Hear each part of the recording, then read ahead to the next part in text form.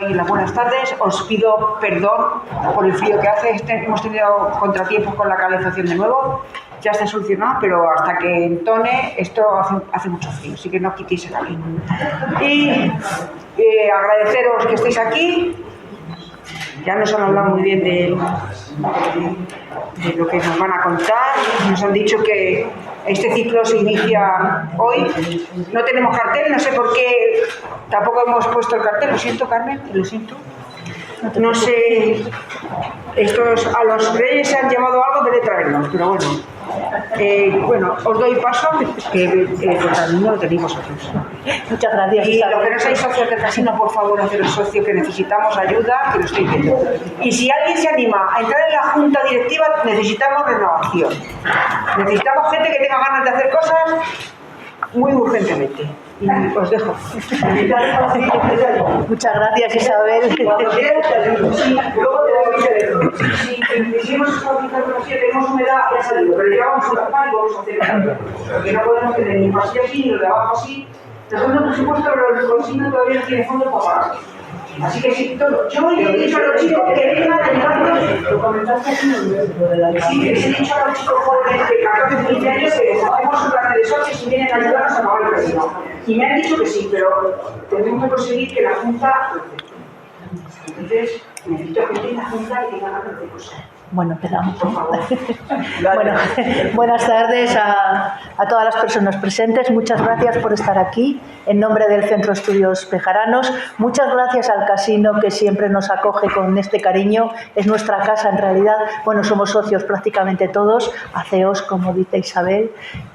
Pero bueno, es muy de agradecer que dispongamos siempre de esta sala para nuestros actos. Y nada más, bueno, os quiero presentar a Gonzalo Escudero Manzano. Es un joven investigador, es muy joven, pero si miramos su currículum en proporción inversa, es grandísimo. Él, bueno, la máxima relación con nosotros empezó hace 4 o 5 años de la beca. ¿Cuándo fue? 4 en el 21. 4, sí. En el 21 que convocó el ayuntamiento y lo gestionamos nosotros, una beca para estudiar sobre la judería de Béjar, la situación de donde estuvo localizada y demás. Y esa beca la ganó Gonzalo, la ganó, vamos, por goleada, que diríamos ahora, por toda su trayectoria. Y bueno, pues de ahí salió un libro maravilloso que se está utilizando mucho en los ambientes académicos correspondientes. Y nada más, tampoco quería decir muchas cosas más porque, bueno, él ya le dejo hablar a él, ¿no? Que ya digo, es doctor y entre muchas otras cosas. Muy bien, pues. Bueno, pues muchas gracias. Muchas gracias por venir.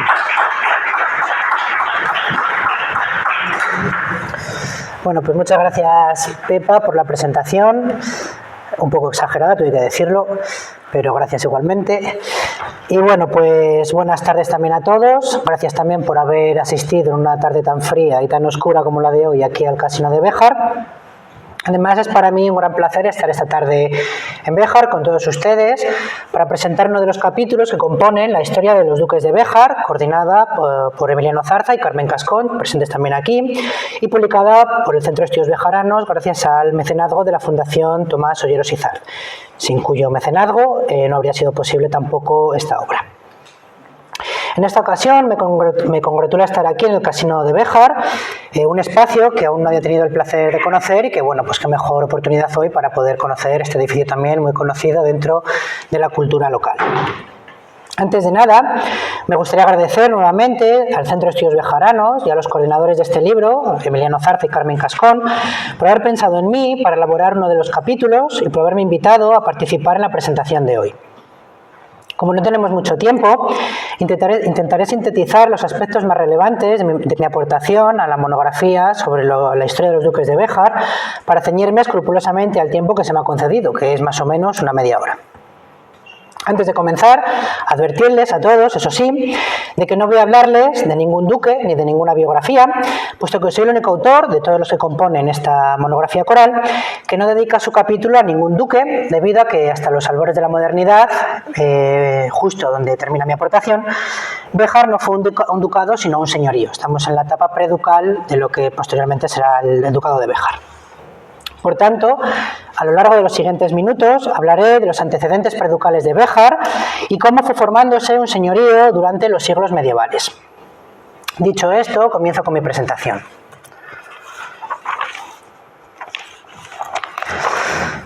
La oscuridad informativa de las fuentes escritas que mencionan el espacio comprendido entre el río Duero y el sistema central, es decir, donde se localiza Béjar, provocó que los historiadores del siglo XIX y gran parte del siglo XX interpretasen que entre los siglos VIII y XII, es decir, entre la conquista musulmana del reino visigodo de Toledo en el año 711 y la instalación leonesa y castellana a partir de 1085, la población desapareció y se formó un desierto demográfico en el centro de la península ibérica. Esta percepción alcanzó su cenit con la publicación en 1966 de la obra Despoblación y repoblación del Valle del Duero por el prestigioso medievalista Claudio Sánchez Albornoz. Sin embargo, hace mucho tiempo que estas teorías fueron descartadas y la investigación actual interpreta este territorio como un lugar habitado que sirvió de frontera entre el Califato de Córdoba y los reinos de León y de Castilla. No debemos de pensar en una frontera como una línea trazada sobre el territorio, sino como un espacio amplio en el que los poderes centrales, leoneses, castellanos y cordobeses, tenían muchas dificultades para implantarse sobre las comunidades que vivían en esta región. Fue a partir del último tercio del siglo XI cuando la monarquía castellano-leonesa comenzó a intervenir sobre las Extremaduras, entendiendo estas Extremaduras no como la actual comunidad autónoma, sino como un topónimo que durante el periodo medieval carecía de sentido territorial y se refería a áreas limítrofes o fronterizas. Tras la conquista de Toledo por Alfonso VI en 1085, Salamanca, Ávila, Segovia y Sepúlveda destacaron como los núcleos militares al sur del Duero desde donde partían los ataques cristianos hacia las poblaciones andalusíes. Este espacio fronterizo, disputado por cristianos y musulmanes y expuesto a los ataques militares de unos y de otros, pervivió hasta la definitiva conquista de Coria por Alfonso VII en 1142. A partir de entonces, esta Extremadura perdió paulatinamente su exposición directa a las ofensivas bélicas y comenzó a ser organizada a través de numerosos concejos, es decir, localidades dotadas de un término jurisdiccional, un alfoz, en el que existían poblaciones rurales dependientes de la comunidad de villa y tierra principal. No obstante, esta estabilidad no tuvo una larga continuidad. Por una parte, Alfonso VII repartió los reinos de Castilla y de León entre sus hijos. Por otra, la contraofensiva almohade recuperó para Al-Ándalus los territorios situados al sur del sistema central, es decir, la Transierra. Como consecuencia, este espacio recobró su carácter fronterizo y militar, aunque ahora no solamente entre el Islam y el cristianismo, sino también entre los reinos de León y de Castilla. En este contexto, a principios del siglo XIII, el rey Alfonso VIII de Castilla fundó Béjar. Fue una fundación a partir de la segregación de una parte del territorio del concejo de Ávila y la villa fue asignada a la recién instaurada diócesis de Plasencia. Según el privilegio constitucional del concejo de Béjar, datado el 5 de enero de 1209, la villa era propiedad del rey y su intención era organizar un centro que atrajese población y organizar un núcleo estratégico en la frontera con el Reino de León y con el Imperio almohade. A partir de entonces, comenzó a prosperar una comunidad de villa y tierra en las faldas septentrionales del extremo occidental de la Sierra de Gredos, ubicada en un destacado emplazamiento geoestratégico en la frontera entre Al-Ándalus, León y Castilla, en la calzada de la Plata, paso de las rutas transhumantes. Al igual que el resto de las poblaciones extremaduranas promovidas por la monarquía, Béjar se rigió a través de un fuero, es decir, las leyes que regulaban la convivencia y la organización municipal. A partir de 1230, el avance de la expansión cristiana hacia el Guadalquivir y la unificación de los reinos de Castilla y de León permitieron que Béjar permaneciese en una situación de retaguardia y de seguridad que posibilitó su desarrollo urbano. De esta forma, a lo largo de los siglos XIII y XIV, la primitiva villa se expandió hacia el este de la Alcazaba y se fueron conformando los distintos barrios, articulados en torno a 10 parroquias y 3 conventos. Este núcleo habitacional fue protegido por 2 murallas que se construyeron de forma simultánea al crecimiento demográfico. La aristocracia local estaba formada por los caballeros villanos y por el cabildo de clérigos, y el grueso de la población estaba constituido por pecheros, comerciantes, artesanos y campesinos alejados de los ámbitos de poder. Sus principales actividades económicas fueron la ganadería y la agricultura. La artesanía tuvo un peso subsidiario y el comercio únicamente comenzó a adquirir protagonismo a partir de la intervención señorial en el siglo XIV.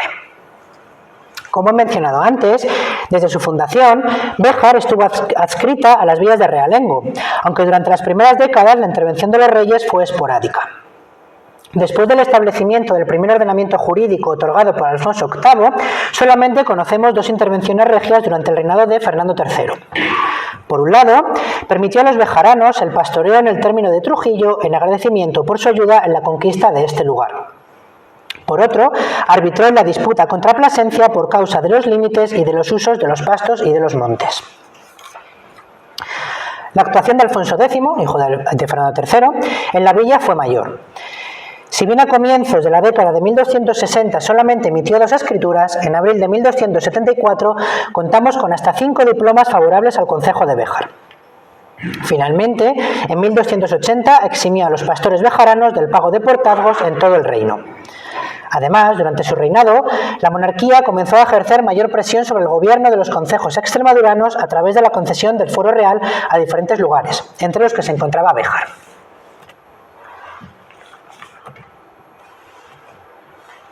Seguimos para adelante, no para atrás. Vale. Bueno, como decían, Alfonso X concibe el fuero real y el objetivo de esta medida era homogeneizar todos los fueros locales, puesto que cada villa contaba con una legislación diferente según las costumbres locales. No obstante, esta medida apenas duró una década y Alfonso X ordenó el retorno a las antiguas normas forales que le dieron Fernando III y Alfonso VIII. Durante este proceso, la villa no parece haber mostrado ninguna oposición a estas medidas y desde entonces adquirió protagonismo en la política castellana, como veremos ahora. En algún momento difícil de precisar, el dominio de Béjar dejó de pertenecer a la monarquía. Generalmente se ha asegurado que Fernando III entregó a su nuera, la reina Violante de Aragón, varias localidades, entre las que estaba Béjar, como dote nupcial en 1246. Sin embargo, como ha asegurado recientemente la profesora María Jesús Fuente, no existe ninguna prueba documental que respalde esta teoría.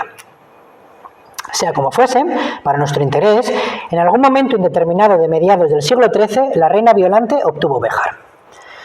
El vestigio más temprano sobre esta posesión la conocemos de forma indirecta.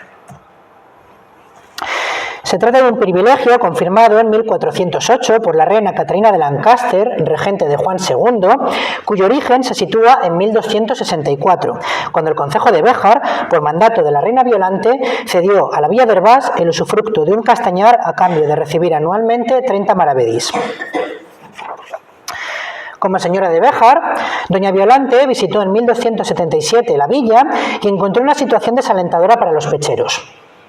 La presión fiscal empujaba a los campesinos bien a empobrecerse, bien a emigrar, mientras que las clases acomodadas obtenían beneficios por parte de la monarquía. Para frenar esta estratificación social, la reina decidió suprimir el impuesto de la martiniega. La última intervención de la reina en Béjar la conocemos por una disposición posterior del rey Fernando IV y que alude a la dispensa de un pago de 500 maravedís que debía la villa. En el último tercio de la centuria, los conflictos por la sucesión de Alfonso X repercutieron en la villa. En 1275, el príncipe heredero, Fernando de la Cerda, murió repentinamente y su hermano, Sancho, reivindicó la corona frente a los derechos de sus sobrinos, los infantes conocidos de la Cerda.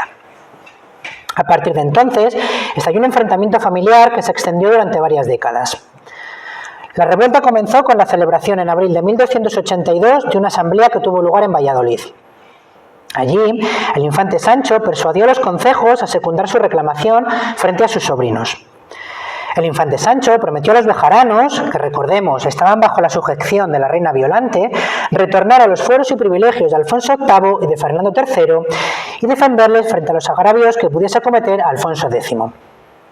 Sin embargo, la ausencia de la villa de Béjar entre los firmantes del documento de adhesión a Sancho IV parece indicar que Béjar no aceptó esta oferta.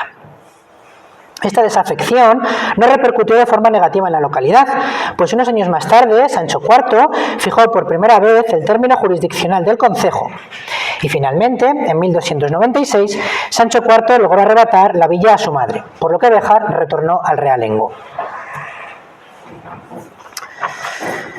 Tras la muerte de Sancho IV, su hijo, Fernando IV, heredó la villa serrana. Fernando IV mantuvo unas buenas relaciones con el concejo y concedió diferentes beneficios y privilegios. Sin embargo, su restitución al realengo no se prolongó mucho tiempo. En 1304, Alfonso de la Cerda, uno de los infantes de la Cerda, renunció a sus pretensiones a la corona a cambio de recibir diversas localidades, entre las que se encontraba Béjar. En noviembre de ese mismo año, el rey, Fernando IV, comunicó al concejo su entrega al infante Alfonso y ordenó a los bejaranos que obedeciesen a su nuevo señor. Sin embargo, Fernando IV desconfiaba de las intenciones de su primo, Alfonso de la Cerda, y le arrebató la villa unos años más tarde, de tal forma que Béjar volvió a los lugares de realengo en 1312. La repentina muerte de Fernando IV abrió un nuevo episodio de pugnas entre las distintas facciones de la familia real que deseaban controlar la regencia de su hijo, Alfonso XI. En este nuevo contexto de se sucedieron a lo largo del reino múltiples saqueos y homicidios frente a la indiferencia de los tutores del rey. Si bien desconocemos las poblaciones que padecieron estos latrocinios, parece ser que Béjar pudo sufrir algún perjuicio, pues posteriormente Alfonso XI confirmó al concejo sus privilegios forales en compensación por los grandes males y daños que recibieron de don Juan, hijo del infante don Manuel. Algunos autores, entre los que destaca el erudito local Ceferino García Martínez, han interpretado estos grandes males y grandes daños como parte del enfrentamiento entre el infante Felipe, tío y tutor de Alfonso XI, y don Juan Manuel.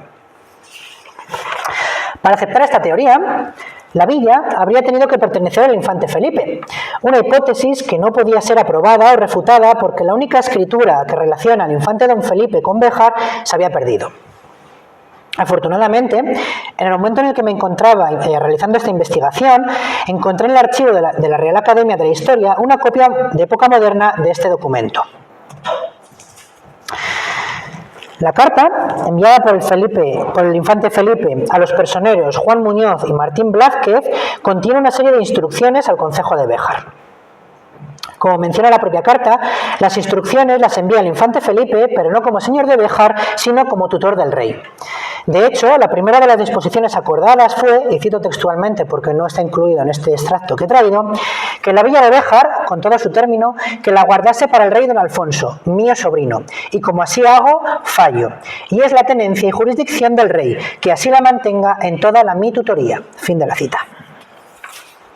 Es decir, el infante Felipe indica claramente que Béjar pertenecía al realengo, mientras que él era simplemente el administrador en nombre de su sobrino. Durante esta etapa de regencia, varios representantes concejiles acudieron a las Cortes para solicitar la confirmación del fuero, de sus privilegios y de su condición jurídica, mientras que, por su parte, el infante Felipe nombró varios cargos concejiles. Una vez emancipado de sus tutores, Alfonso XI cedió Béjar a los hijos ilegítimos nacidos de su relación extramatrimonial con Leonor de Guzmán. Primero, cedió la villa a Sancho en 1331, posteriormente a Fernando en 1335. Con estos traspasos, Alfonso XI incumplió una medida tomada de forma reiterativa en las Cortes de Palencia, de Burgos y de Valladolid sobre la enajenación de algunas villas de realengo, entre las que se encontraba Béjar.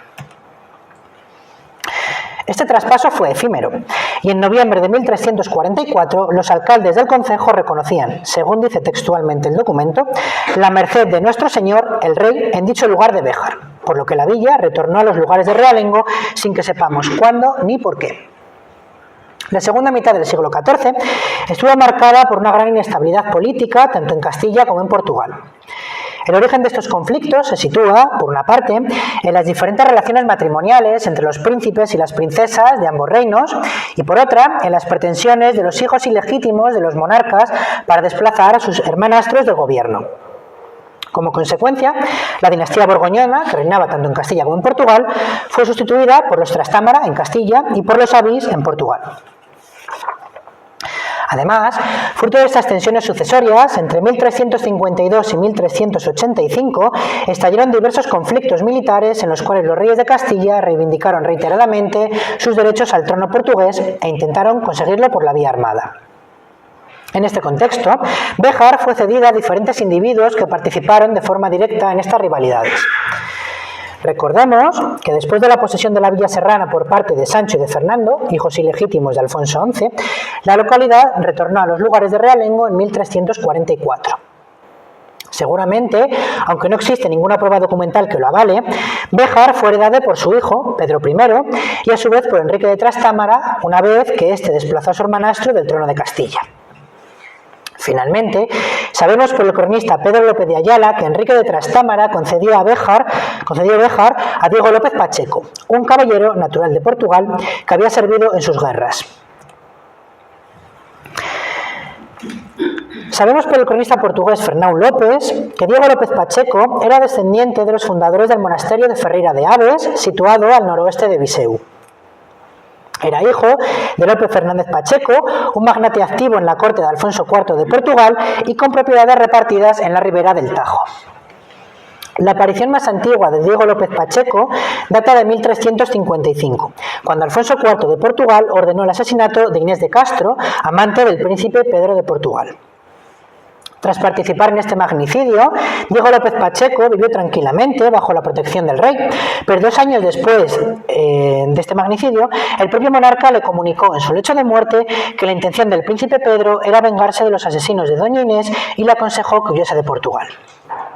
De esta forma, en 1357 buscó asilo en Castilla, donde fue recibido por Pedro I, aunque esto no evitó la confiscación de sus bienes patrimoniales en Portugal. Sin embargo, Pedro I de Castilla pactó con Pedro I de Portugal el intercambio de algunos exiliados, entre los que se incluía a Diego López Pacheco. Para su fortuna, consiguió escapar a Aragón, donde entró al servicio de Enrique de Trastámara, a quien acompañó a Francia. Tras la muerte de Pedro I de Portugal, en 1367, acudió ante el nuevo rey, Fernando I, para solicitar el perdón regio y la restitución de los bienes requisados, recuperando todo 3 años más tarde. No obstante, por algún conflicto surgido a raíz del matrimonio entre el joven monarca y Leonor Tellez de Meneses, algunos autores piensan que por haber supuesto este enlace, huyó nuevamente a Castilla, temeroso de las represalias que la reina pudiera ejercer contra él. Allí, Diego López Pacheco sirvió por segunda vez a Enrique de Trastámara, quien esta vez gobernaba en calidad de rey tras vencer y asesinar a su hermanastro Pedro I. A partir de entonces, se convirtió en un espía de Castilla. Enrique II le encargó la misión de averiguar los propósitos del rey de Portugal y de entrevistarse con el infante Dionisio, hijo de Pedro I y de Inés de Castro. Es muy probable que fuese en este tiempo cuando obtuvo Béjar en agradecimiento por sus servicios prestados. Como agente de Enrique II, fue el principal instigador de la invasión castellana y del asedio de Lisboa de 1372. El fracaso de la expedición provocó que Enrique II perdiese su confianza en él, aunque no parece haber sufrido ningún tipo de represalias e incluso estuvo presente junto al infante Dionisio en el acuerdo de paz que Enrique II de Castilla y Fernando I de Portugal firmaron en Santarém. El posicionamiento político de Diego López Pacheco con Enrique II provocó la ira de Fernando I. Primero, confiscó sus bienes en Portugal. Posteriormente, fue declarado conspirador y sedicioso junto al infante Dionisio y a la princesa Beatriz, hija de la relación de Fernando I con Leonor Tellez de Meneses y casada con el infante Juan de Castilla, hijo de Enrique II. Con la muerte de Enrique II, su gran valedor, Diego López Pacheco y sus hijos se posicionaron en la causa del maestre Juan de Avís, uno de los reclamantes del trono portugués. La nueva invasión castellana y el segundo cerco sobre Lisboa en 1384 sorprendieron a Diego López Pacheco en la localidad de Almada, en la margen sur del Tajo, donde fue hecho prisionero por los castellanos e intercambiado por otros rehenes. Posteriormente, participó en las Cortes de Coimbra, en las cuales Juan de Avís fue aclamado rey de Portugal. Y finalmente, combatió en Aljubarrota, la batalla que truncó de forma decisiva las aspiraciones de Juan I de Castilla sobre el trono portugués. Por todos estos servicios, volvió a formar parte de la corte portuguesa, siendo considerado por Juan I de Portugal como nuestro vasallo de nuestro consejo. Además, el rey portugués invalidó la condena que contra él y contra su persona y sus bienes fue hecha por el rey don Fernando y le recompensó con la entrega de nuevas propiedades y con el reconocimiento del señorío sobre Ferreira de Aves. Al final de su vida, logró alcanzar uno de los estamentos más altos del reino como barón del consejo de don Juan, rey de Portugal y del Algarve. Toda la fortuna que consiguió amasar como uno de los principales magnates del Reino de Portugal le permitió fundar un mayorazgo para su hijo en Belas, en las inmediaciones de Lisboa. Este viraje político de Diego López Pacheco tuvo un efecto directo sobre Béjar. La ruptura de su fidelidad con la monarquía castellana provocó que perdiese el dominio sobre Béjar y Juan I de Castilla cedió la villa a su esposa, Beatriz. La reina Beatriz era hija del rey Fernando I de Portugal, por lo que la villa continuó perteneciendo a personas nacidas en el reino vecino. El dominio de la reina Beatriz sobre Béjar apenas duró una década, pues la reina permutó la localidad con su hijo Enrique III, y Enrique III, a su vez, le intercambió por Frías de forma inmediata con Diego López de Estúñiga. Por segunda vez, la villa fue segregada del patrimonio de la parentela regia y entregada a un magnate que casualmente compartía nombre con el anterior, Diego López. Aunque a diferencia de los Pacheco, los Estúñiga consiguieron retener Béjar de forma hereditaria. Los Estúñiga provenían de Navarra y de La Rioja. La primera aparición de Diego López de Estúñiga se registra en 1377, cuando comenzó a ejercer como camarero del príncipe Juan de Trastámara. Esta ocupación le situó entre los principales colaboradores del infante y le permitió ampliar sus posesiones a través de donaciones regias. Algunos autores han atribuido su participación en el sitio de Lisboa y en la batalla del Jubarrota, aunque ninguno de los cronistas coetáneos menciona este hecho. Al contrario, según el cronista Fernán Pérez de Guzmán, en su tiempo no hubo guerras ni batallas. Por tanto, seguramente, los historiadores que han atribuido a Diego López de Estúñiga su participación en el cerco de Lisboa y en la batalla de Aljubarrota se han confundido con su homólogo portugués, Diego López Pacheco, quien, como hemos estado viendo, sí estuvo presente en ambos enfrentamientos. La repentina muerte de Juan I de Castilla no truncó las aspiraciones de Diego López de Estúñiga, sino que poco a poco, durante las siguientes décadas, realizó un meteórico ascenso político que le situó en una posición privilegiada dentro de la corte. Nada más producirse el fatal accidente que acabó con la vida del rey, los principales magnates del reino maniobraron para formar parte del consejo del joven Enrique III. En esta maniobra, Diego López de Estúñiga tuvo un papel protagonista. Consiguió ostentar diversos cargos palatinos y alcanzó la regencia de Juan II de Castilla durante su minoría de edad. Tras la muerte de Diego López de Estúñiga en 1417, heredó sus propiedades su hijo, Pedro López de Estúñiga. Pedro López de Estúñiga también sucedió a su padre como justicia mayor del reino y se posicionó con el infante Juan de Aragón y con el condestable Álvaro de Luna para intentar mediatizar en el trono castellano. Sin embargo, Álvaro de Luna comenzó a acumular cada vez más influencia política y la nobleza castellana, encabezada por Pedro Manrique de Lara, Fadrique Enríquez y el propio Pedro López de Estúñiga, se rebeló y le declaró la guerra. Tras unos años de ligeras hostilidades y de reducidas escaramuzas, el enfrentamiento decisivo tuvo lugar en 1445 en Olmedo. Allí, el rey Juan II y el condestable Álvaro de Luna derrotaron a los sediciosos.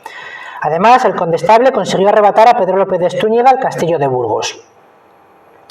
El apresamiento o la huida de los derrotados en Olmedo dejó a Pedro López de Estúñiga como principal caudillo de los rebeldes. Su liderazgo en solitario impulsó a Álvaro de Luna a atacar Béjar en 1452, pero alguien, quizás Alonso Pérez de Vivero, reveló este ataque a Pedro López de Estúñiga y frente a la amenaza que suponía el condestable, Pedro López de Estúñiga mandó abastecer y fortificar la villa de Béjar. Gracias a ello, Béjar resistió el ataque del condestable y después de este fracaso, Juan II mudó de conducta, prescindió de su antiguo aliado y se posicionó con los rebeldes. Pedro López de Estúñiga recuperó el castillo de Burgos y fue el encargado de apresar al condestable, aunque debido a su avanzada edad delegó esta tarea en su hijo, Álvaro. Álvaro de Estúñiga sucedió a su padre en 1452 como último señor de Béjar. Como expone con mayor profundidad Óscar Rivadeneira en su capítulo biográfico en la obra de la historia de los duques de Béjar, Álvaro de Estúñiga fue el responsable de elevar a Béjar a la categoría de ducado. A partir de entonces, la villa serrana abandonó su pasado medieval y encaró la modernidad bajo un régimen jurídico acorde a los tiempos que estaban comenzando a alumbrarse en Europa. La consecuencia inmediata fue el incremento de la presión señorial sobre la villa, sí, pero también un gran desarrollo de Béjar gracias al patrocinio de los duques, como se expone a lo largo de la historia de los duques de Béjar en los diferentes capítulos sobre las biografías ducales.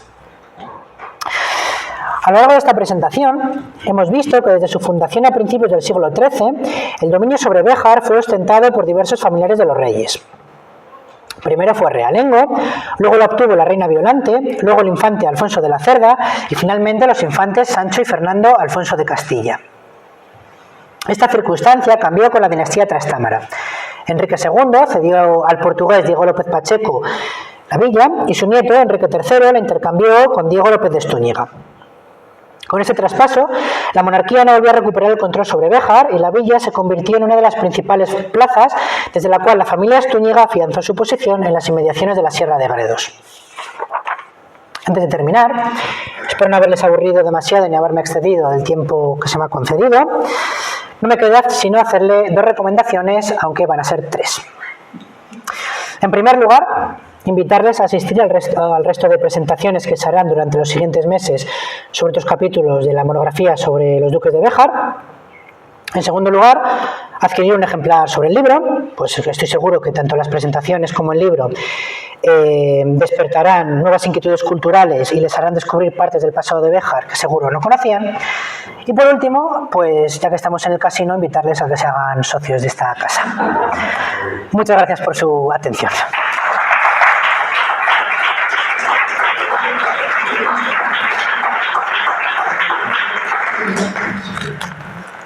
Bueno, si alguien quiere preguntarle algo a Gonzalo, es el momento ideal.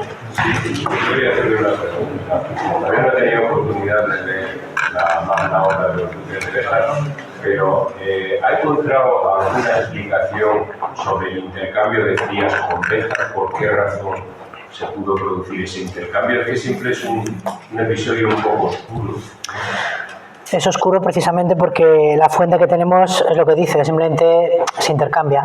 Puede haber 2 opciones, es decir, cuando vemos estos intercambios, que no son nuevos ni por parte de Enrique III, ni por los Trastámara, ¿no? Julio Valdeón lo hizo una característica de los reyes Trastámara, pero realmente el intercambio de poblaciones es una constante desde la Alta Edad Media, la tenemos.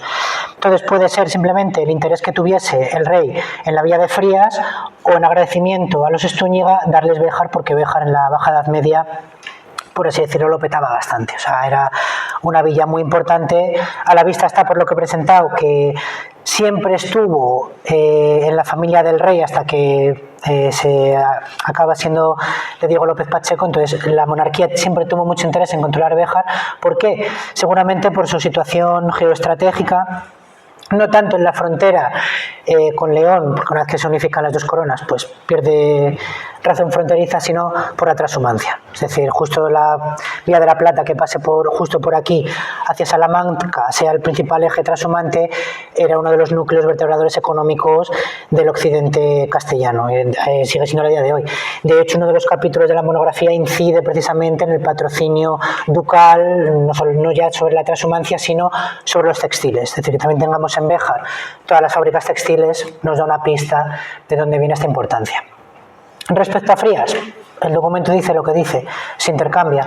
Hay 2 opciones, o que el rey tuviese interés en tener Frías, también es una localidad muy importante en Burgos, cerca de La Rioja, cerca del Valle del Ebro, también una situación muy buena estratégicamente, o en agradecimiento al servicio de los Estúñiga que estaban teniendo en aquel momento. Es decir, tampoco se le iba a dar una minducia, ¿no? Cuando además tenemos también a los duques de Alba en Alba de Tormes, es decir, el sistema central en esta época tiene un proceso de señorialización muy fuerte, como ha estudiado el profesor Monsalvo Antón, y pues también es una forma de equilibrar estos poderes. Gonzalo, ¿nos puedes hablar un poco del papel que juegan las luchas civiles de los Trastámara en la eclosión de los Zúñiga, las familiares de Béjar? Sí, claro. ¿O sencillamente en su consolidación como linaje? Claro, es decir, las pugnas, una vez, como hemos estado viendo, es decir, no puedo tampoco ceñirme mucho para no excederme del tiempo. El primer Trastámara, Enrique II, es el que asesina a Pedro, el conocido como Pedro el Cruel o Pedro el Justiciero, depende a quién le preguntemos, ¿no? Bueno, pues le asesina, se reúnen para firmar una paz y él le asesina. Bueno, pues entra a formar parte, entra ya a ser rey, Enrique II, él trae a toda su comitiva y, lógicamente, se van buscando en quién sostener esta fuerza.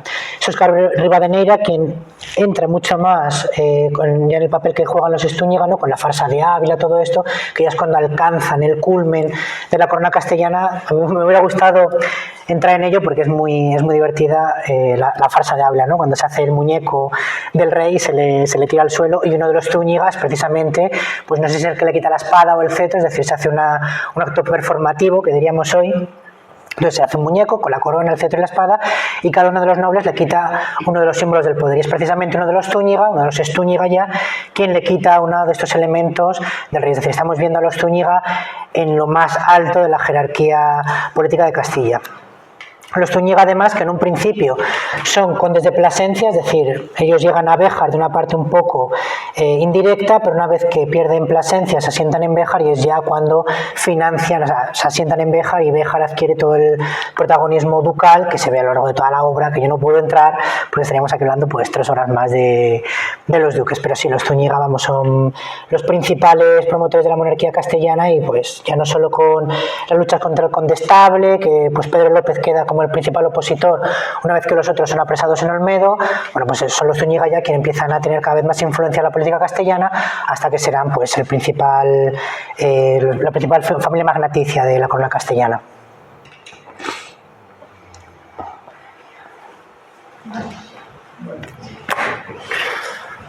Sí, ahí. Dos preguntas. La primera es, comentabas que en el siglo XIII, de las pocas intervenciones reales, hubo una de Fernando III con respecto a una disputa con los comunales entre Béjar y Plasencia. Si puedes comentar un poquito más de eso. Y brevemente, también me apetece tomar un minutito, si puedes comentar algo de las fuentes, así en general, qué tipo de fuentes has utilizado y las dificultades que hubo respecto a su estudio. Los conflictos entre Plasencia y Béjar, y Hervás también, suelen ser por castaños. Es decir, suele ser la explotación de castaña. Seguramente sean espacios comunales, efectivamente. Es decir, tendría que ver el documento, a ver cuál es el pleito de Fernando III, pero vamos, está editado. Es decir, se puede localizar rápidamente, que sé por dónde van los tiros con los comunales. Pero vamos, sobre todo es con Hervás, es el principal. De hecho, ya nos da pista el Castañar de Béjar, de dónde van a venir los pleitos, pero es con Hervás. Con Plasencia hay, pero es más jurisdicción eclesiástica. Respecto a las fuentes, bueno, crónicas hay muy poquitas, es decir, es muy interesante porque para Portugal la gran mayoría de fuentes sí que son crónicas, o sea, todo el tema de Diego López Pacheco, que además tiene una historia muy divertida, que no me he podido detener tampoco, porque él cuando huye a Aragón es porque él sale a cazar. Entonces un campesino le dice, oye, te están buscando, entonces se cambia las ropas con este campesino y yo disfrazado de campesino. O sea, es una historia muy divertida. Luego, bueno, tiene una serie de aventuras hasta que acaba otra vez al servicio de Castilla, es una historia muy divertida. Estos son crónicas y luego, sobre todo, pues documentación regia que se ha custodiado en el archivo aquí de Béjar, tanto en el municipal como en los eclesiásticos que hay, el de San Salvador. La gran pena que tenemos con el archivo de El Salvador es que se quemó.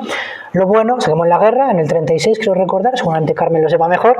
Lo bueno es que se transcribió antes. Entonces, tenemos la transcripción de la documentación. La pena, como bien sabes tú también, es que al no tener la documentación original, nos tenemos que fiar del ojo paleográfico de cuando se transcribió y no podemos tampoco saber el orden documental que tenía la documentación de la Iglesia, porque se sigue un criterio cronológico. Sí, más. Eclesiásticamente, ¿por qué pertenecía a Béjar a la diócesis de Plasencia? Es una apuesta de Alfonso VIII. Alfonso VIII no solamente funda Béjar, sino también la diócesis de Plasencia. Tenemos que pensar que cuando León y Castilla están divididos, están yendo hacia el sur a costa de territorio islámico, también un poco de territorio portugués, pero bueno, fundamentalmente territorio islámico. La principal sede episcopal de esta zona es Coria. Coria es conquistada por León. Plasencia, Castilla, ¿qué es lo que hace? Pues como no tiene una sede episcopal, pues funda su propia sede episcopal, que es Plasencia. Entonces, una vez que Alfonso VIII, en este juego estratégico que está haciendo de cara a León, de ir fundando sitios estratégicos para evitar su expansión, Béjar lo extiende del territorio de Ávila, es decir, el territorio donde estoy hoy está Béjar, pertenecía a Ávila, funda una villa, y esta villa, como la diócesis más cercana, fundada además por el propio rey, es Plasencia, pues se le da Plasencia, no tiene mayor misterio. Por allí creo que había otra pregunta. Ahí, mira, la pregunta que ha dicho él viene un poco en relación a la mía. De ahí que en Plasencia, por ejemplo, tengan catedral y aquí no tengamos nada. Claro, efectivamente. Viene por ahí. Pero vamos, por no tener catedral, Cáceres no tiene catedral. Claro, pero bueno, que Quiero decir... Plasencia, cercana, a ver, sé que tiene más población, Sí. pero siendo cercana un poco a lo que es Béjar, ¿por qué elige el hecho de poner allí la catedral y no aquí? Pues eso ya no lo puedo responder, porque eso habría que preguntarle a Alfonso VIII. ¿Usted por qué eligió Plasencia? Seguramente por un motivo muy simple, porque si nos fijamos, Coria y Plasencia están a la misma altura. Entonces, y además al sur del sistema central. Las diócesis, o las sedes episcopales más que diócesis, en alta, plena Edad Media, también tienen un carácter muy territorial. Eso se ve muy bien en la Alta Edad Media. Cuando la monarquía se va expandiendo, en el siglo X, las diócesis que se restauran, con muchas comillas, porque siempre se aluda a un pasado visigodo, pero es para legitimar esa diócesis nueva, suelen ser sitios fronterizos. Cuando León llega a Salamanca, se restaura, con comillas, Salamanca, es decir, tienen este carácter fronterizo. Cuando se llega al sistema central, a la transierra es lo que está más allá de la sierra, es decir, al sur del sistema central, desde la óptica cristiana, porque los musulmanes lo verían el actual Salamanca, ¿no? Pues se funda Plasencia, a la altura de Coria, lógicamente. Cada reino ya tiene su propia diócesis. Además, que si nos fijamos, es que es fronteriza, es decir, no lo sitúa ni mucho más arriba ni mucho más hacia Toledo, porque se está buscando una frontera. ¿Qué objetivo tiene fundar una diócesis? Bueno, pues no solamente tener un obispo. Es decir, pensemos también que las diócesis controlan iglesias. Controlar iglesias implica controlar una población. Controlar una población implica controlar rentas. Es decir, todo esto es una serie también de estrategias económicas que la documentación no nos va a reflejar, pero que apunta también a esta forma de control no solo espiritual, que sería una diócesis, sino también fiscal por la vía económica.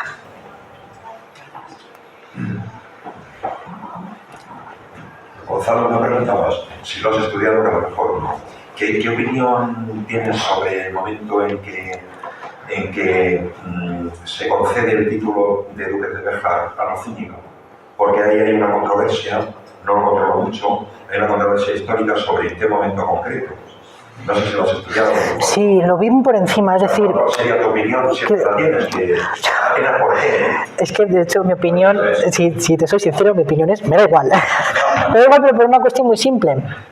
Porque es que muchas veces también, que no solo es con los duques de Béjar, es decir, hay muchísimos debates en la historia medieval, hay miles de debates, y muchos de ellos son completamente estériles. Es decir, quizás no deberíamos de pensar tanto en quién fue el primer duque de Béjar, si Alonso I o Alonso II, ¿no? Que creo que son los dos que hay, que claro, es que el problema aquí es que los dos se llaman igual. Entonces, el duque Alonso ya, abuelo o nieto, pues encima no es ni pareja, es que es abuelo o nieto. Entonces hay una controversia muy fuerte.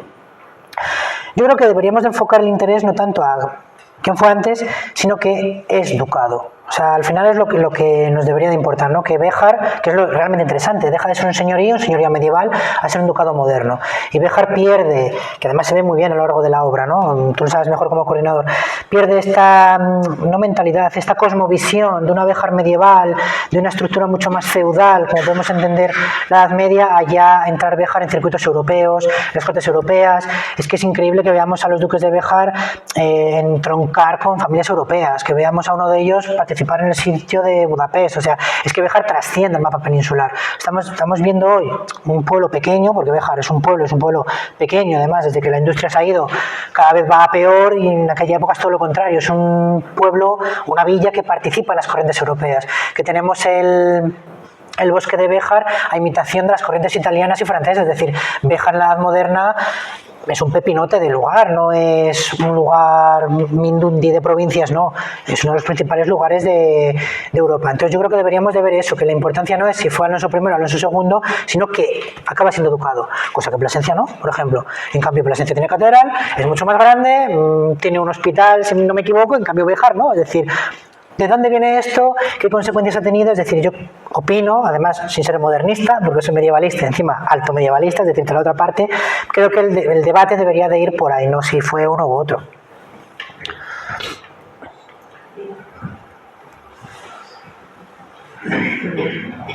Pues estamos. Si no hay más preguntas, pues cerramos la cuestión. Muchísimas gracias, Gonzalo.